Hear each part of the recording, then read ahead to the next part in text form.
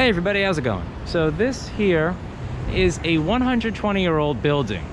It supposedly sits on about 5,000 square feet, which is, I mean, I'm not even going to get into the numbers at that point when it comes to space. You can see the first floor has what looks like some sort of restaurant that is closed at the moment, so I can't really show you much on the inside of it. Upstairs looks like there is some sort of spa. It says salon and spa. And third and fourth floor looks like what could be, you know, tiny apartments in a fairly old 120-year-old building. So that's what you've got here. Now, how much do you think this building is in Manhattan? So we've got, you know, kind of, you could see the kind of old 4 floors, you know, kind of average looking. Because if you were thinking that this is $27 million, then you would be 100% correct. That's right. Get this 4-floor small building for the low price of $27 million. 27 million. Now, the upside, you're in Times Square.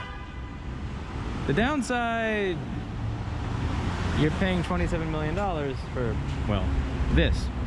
This used to be what this area looked like. I mean, this area, you know, it used to have some decent foot traffic.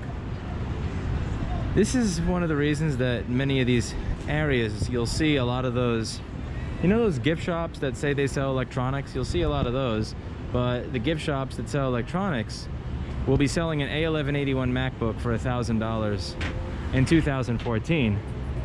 The upside is that there are tourists that walk through here that will buy literally anything at any price. It doesn't matter how ridiculously overpriced it is. It doesn't matter how insane it is. And they usually don't return it because they would have to come back to New York City to return it. So you can rip people off like crazy, which is, again, the only way you will ever afford anything here. But where's your opportunity to do so? Like, where are the tourists? You know, Saturday night, like, tourists? Tourists? I don't see any tourists. I don't see any tourists. But they're all gonna come back, right? Right? Right? I wish you the best of luck with your 27 million.